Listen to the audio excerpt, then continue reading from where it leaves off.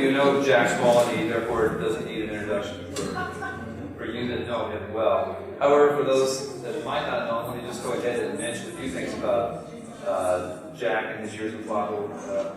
Since I guess the late 60s, Jack originally heard about Baba then. And then in the early 70s, Jack began trekking to India every year for 2-3 months, where he would travel with Adi and go to the Baba centers and give talks and speeches all over the length and breadth of India. Jack, after several years of that, got tired of schlepping back and being a lawyer in Los Angeles and going back to the fun park for 2 or 3 months a year in India, so he decided to move to India and give up the routine of legality. So he moved to India in 1975 and lived there for over 20 years, working in a close association with Adi as Adi's main assistant. And for those of you that don't know about Adi K. Rani was Baba's principal secretary for many decades. Then Jack's career in India closed after, I think, over 20 years with the mandali, working in close association with all of them. And now he resides here at the station with his wife, Gwendolyn. So with that, we are ready to begin the interview. So Jack, give us a little description, if you would, about your life in India with the mandali. 20 years there, working in the trust with Adi, in close association with him, and Mani, and Erich, and the rest of them. Well, one of the things I was trying to learn in India, and I'm still learning it here, is the difference between trying to be humble, as Baba says we should remember he does everything for us, at the same time trying to make our own efforts. What do we do with ourselves? I mean, it's one thing you want to be humble, you want Baba to take over your life. Where are you in the middle of this? And that was always the dilemma I was dealing with. I'll tell a story that kind of fits within what I'm still struggling with. I've always wanted to sing all my life, and I was basically told that I was tone deaf. Yet I like to sing and express myself, and there was plenty of opportunities to sing at the Tomb, Mirzad. However, I tended to put people off when I would sing. I remember we were once singing in Mandali Hall, and I joined with everybody else. And then somebody told me that Mani said, "I don't want Jack singing when she's around." I took it as when she's around, not never, right? Well, this hurt me, but she was also right. And so I was asking about his help in this. Fortunately, Debbie Nordine came to India. And I asked Debbie if I could take lessons from Debbie. And at the same time, I know, see, the atmosphere in India is that if it seems that the mandali are not really enthusiastic about something, then the other residents kind of pick that up. And there's not like a lot of enthusiasm for what you want to do. So, as I started out my singing career by taking lessons from Debbie, I remember one time I had the opportunity to drive Mani and Mera in my car because their car broke down with some problem, that sort of thing. So this was my opportunity to have Mani and Mera kind of to myself for a little bit. So I drove them to Mirzad, and as we were sort of on the route to Mirzad, I mentioned to Mani that, isn't it wonderful that Debbie's here? Because you see, if I didn't do this right, and if Debbie heard something negative from Mani from somebody else, she wouldn't be enthusiastic to give me singing lessons. So I said, yes, wonderful Debbie, and I said Debbie's going to be doing music. And something's really very important to me. All my life I've been wanting to sing, yet at the same time, I realized that I'm out of tune, I can't carry a tune, and Debbie's willing to give me lessons. Isn't that wonderful? This means so much to my heart. It really means a lot to me. I just want to tell you how I feel, Mani and Mera. And they heard how I felt. And so, that was taken care of. So, that was the first step, getting permission to be able to ask Debbie, even though I'd already talked to Debbie about this, but still I had to set the atmosphere right. And I remember recently Gary Klein, when I was in India, saying, my wanting to sing is kind of like somebody who has a prosthesis, wanting to run the marathon. Why, of all things, would I want to sing when I'm sort of, wounded or amputated from the beginning of my life? And he's right. It's true. It's true. Yet at the same time, sometimes you just got to sing, and this is what I feel. And so Debbie and I worked together for, I think, a year and a half. I would take lessons every day, and some of you know Craig Ruff, and the story he tells is that he's written several books, and he likes to write his books in the evening, and what I would do is I would take my singing lessons once a week with Debbie, and then I would play the tape at night, just as Craig was about to go to sleep, and he would hear me trying to match pitches as he was trying to meditate and write his books. So actually the world may have lost one book from Craig Ruff because of my interfering with his attempts to write books. So anyway, we would practice. I remember one summer Debbie gave me the assignment of just matching tones, just matching pitches. So finally we were ready to do a song in front of mandali. This was 1989, I believe. You know, she would arrange the Sunday programs at Mirzah, and she had arranged this for me to do the last song. And I remember as I did the song, afterwards, Mani and Nara stood up and applauded. I was so touched. I couldn't believe it. I had no choice but to bow down in front of Bob's chair in Mandali Hall, just grateful to Bob. And so, maybe we can try again, Debbie.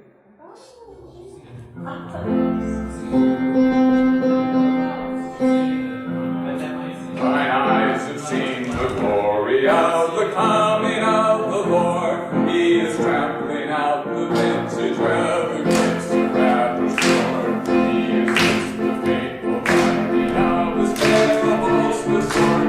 His truth is marching on. Glory, glory, Merhaba. Glory, glory, Merhaba. Glory, glory, Merhaba. His truth is marching on. He is sounded forth the trumpet that shall never call retreat. He is sifting out the hearts of men before his judgment seat. Oh, be swift, my soul, to answer him. Be true at my feet. Our God is marching on. Glory, glory, Merhaba. Glory, glory, Merhaba. Glory, glory, Merhaba.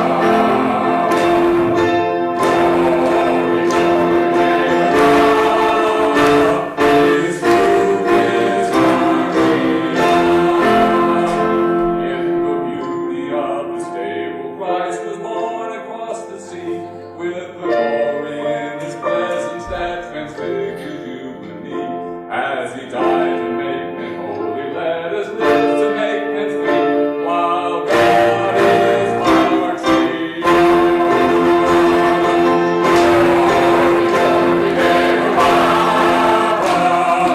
Glory, glory, Merhaba. Glory, glory, Merhaba. Glory, glory, Merhaba. His truth is marching on. Let's give him one glory, everybody now. Glory, glory, Merhaba. Glory, glory, Merhaba. Glory, glory, Merhaba. His truth is marching on. His truth is marching on.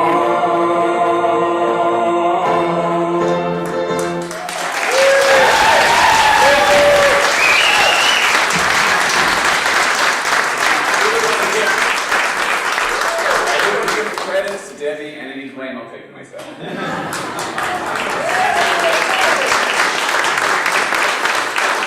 Eric always says that we should always give praise to Baba, and whatever weaknesses are, take that upon ourselves. Next question, Steve. I was just thinking as Jack was answering that question, that of all the years of questions and answers here at the Sahavas, I don't think we've ever had an answer to a question quite like that. But let's move on to the next one. And this concerns the topic of Baba's grace. Since Baba's grace means everything, Jack, where does one's personal efforts come into play? Okay, as I said, I spent about 20 years in India, and I thought I'd never come back to America. I thought, my life was set in India. I used to have these dreams that I had to take the bar exam again or get a job. And I remember pilgrims would come to India, and they'd come maybe sometimes for a few weeks, or they'd come once a year. And I said, why don't you spend more time in India? And I didn't realize after a while how difficult the world was. Something very fortunate happened to me. I met Gwendolyn Moss in 1990. And that's small, Jack. It's Gwendolyn Small. No, Gwendolyn Moss. My mistake. No, she's kept her name, and that's the simplest. It's so much easier for me to please her if I could just let her keep her name. And that makes her happy. So anyway, I met Gwendolyn. We got married in 1990. And as circumstances happen, we come to America for a few months a year. We finally moved to America. And I had established a whole new life again. I had been basically out of action for 20 years. And through Baba's efforts, through my efforts and Baba's grace, we were actually able to start a business, start a life here in the middle of America. And I have to say one thing, that I hadn't realized this before I began, but actually living in India helped me be able to function more effectively in America. I know Babaji doesn't like this particularly. However, just struggling, surviving, dealing with the mandali, dealing with the circumstances in India, anyone that's been there, things are tough in America, but stuff works. And so I think I'm actually more effective in my 50s, starting life again in America, than I was before I left. And again, the question was, what are our efforts and His grace? Well, He says this, that part of His grace is our efforts. And we have to do our very best. And if we do our very best and take His name, He'll help us. Right, Eddie? We can build mountains, can't we, Eddie? Right? Got it. Gonna build a mountain from a little hill. Gonna build a mountain, at least I hope I will. Gonna build a mountain, gonna build it high. I don't know how I'm gonna do it, all I know I'm gonna try. Gonna build a daydream from a little hole. Gonna push that daydream up the mountain slow. Gonna build a daydream, gonna see it through. Gonna build a mountain, the daydream, gonna make the boat come true. Gonna build a heaven from a little hell. Gonna build a heaven, I know darn well. If I build that mountain with a lot of care, gonna take my daydream up the mountain, heaven will be waiting there. Gonna take my daydream up the mountain, heaven will be waiting there.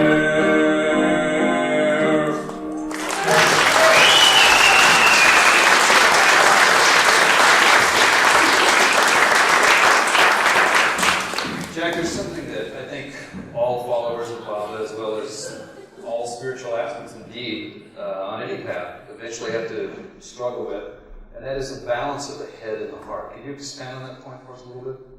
Yes, it's all heart. Very simple. Nature is mind.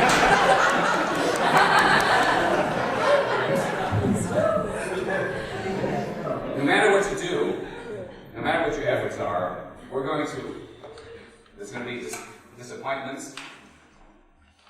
During ancient times, when the Roman hero would come from the battlefields, they would march him.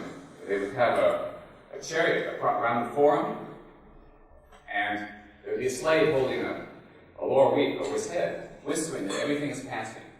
And we know this from Baba, that no matter what, everything is passing.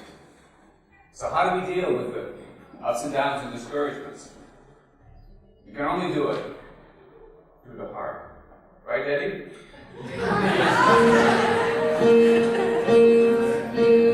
Gotta have heart. All you really need is heart. When the odds are saying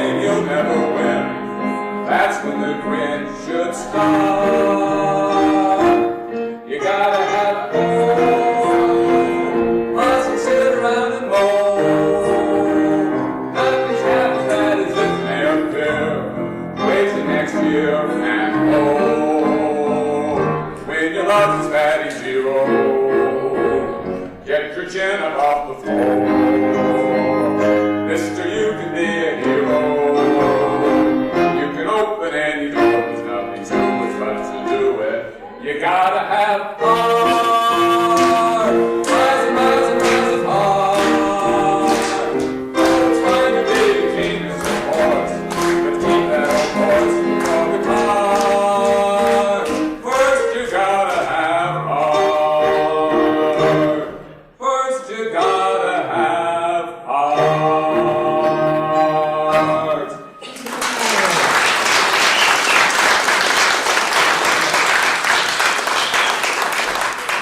On the spiritual path, of course, everyone is faced with the issue of diminishing the ego if we want to get anywhere. And so one must become humble. And yet, what about freely expressing oneself too, which Baba encourages us to do? Jack? Well, good question. What a surprise question, Steve. You really caught me with that one. I will pitch it with a letter in a minute. Right. I remember sitting with Eric, and he would tell me, I felt really bad always, until later on in my time in India, that I had met Baba. And he said that meeting Baba was not important. What's important was the experience of having Baba in your heart. And I remember one time, see, I came to Baba just after he dropped the body. And I remember I was involved with the organization. Sufism had sent 2 planes up to go to India for the Darshan in 1969. And I remember around 10 o'clock at night on, I think it was January 30th, putting my deposit in the mailbox for the check for the plane ticket to go to India. Then the next day, I got a phone call from Filis Frederick. She said, come to her house immediately. And I did. And she told me Baba had dropped the body. I was totally stunned because, my whole life had been aimed towards going to the Darshan. I've been very careful not to get any other involvements like a job, and I couldn't go, things like that, right? And so I was all set to go to India. And she told me to go around, she gave me a list of people. She wanted everybody to hear about Baba dropping the body personally, not by a phone call. So I had this list of, I think she called me because I was unemployed and I had a car. And was available, that's why she called me. So she had me go around to each person, different people, and tell them personally that Baba had dropped the body. And then there was this phone call that she then invited everybody to her house. I remember her house in Manhattan Beach. And there was this conference phone call. She had Allan, Cohen, and Chapman call from Northern California and talk to us. And I told Filis I immediately wanted to go to India. I had my passport, I had my visa, and she said, no, don't go because the mandali would be, nurturing their own feelings of, sadness that Baba's dropped the body, not just be in the way. And so there was this, conference call with Allan Cohen and Rich Chapman, and, they talked to us through a speakerphone, and then I kind of said, I wanted to talk to Allan and Rick. And I said, I told them what I wanted to do, I want to go to India. And they said, no. They said basically the party line of what Filis said, right? And so a few days go by, and then I heard that both Allan and Rick went to India. I was totally stunned. I've talked to Allan and Rick about this now. And I do understand the circumstances of what happened. They had no time to call Jack Small, wherever he was, say, by the way, we're going to India. Because they were busy going to India. And that really hit my heart. That, I wanted to go, I could have gone, I didn't go. And then Phyllis got a sound cassette tape from Don Stevens. And what happened as a result of Baba dropping the body, about half the people on the plane canceled the reservations. There was tables back and forth, and they decided to have the darshan as planned. And half the people canceled the reservations. So Phyllis got this tape from Don Stevens, and she wanted me to listen to it, and she wanted me to take it to different people. Again, the reason she called me is because I was unemployed and had a car. And so what the tape was Don describing what it was like with Baba passing away, because he went to India also. And in the tape, he talked about how meaningful, how important it was to the mandali for each Westerner that went to India. Whenever anybody came, like only a half dozen or so Westerners, it meant so much to them that their family remembered them. And they felt bad that Baba had this darshan plan, Baba dropped the body, and they were concerned how everybody here was feeling about this. And every time anybody came, they were so welcome, they were so appreciated. All the opposite things I was told would have happened if I'd gone. Right? And so it was my job to take that tape and play it personally for people who had canceled their reservations on the plane. Right? So I just didn't hear that once. I heard that time and time again. And so what it brought home, that's 5, right? It brought home to me the 5 seconds. It brought home to me the importance of following your heart. There's lots of stories about this, but the point is following your heart. And what was the last question you had, Steve? Last question I wanted to ask you, Jack, is after being with Baba for almost 30 years now, and 20 of that being in India, for you, what is Baba's most important message? To me? Mm-hmm. To me personally? Okay. Mani said that when Baba said, don't worry, be happy. Do your best. Hmm? Do your best. Do your best and don't worry, be happy. Baba said it different ways, different times. You know that. When Baba said, don't worry, be happy, it was his assurance that his happiness was given to us. So to me, the most important message, for me personally, Baba has given, is don't worry, be happy. Right, Daddy?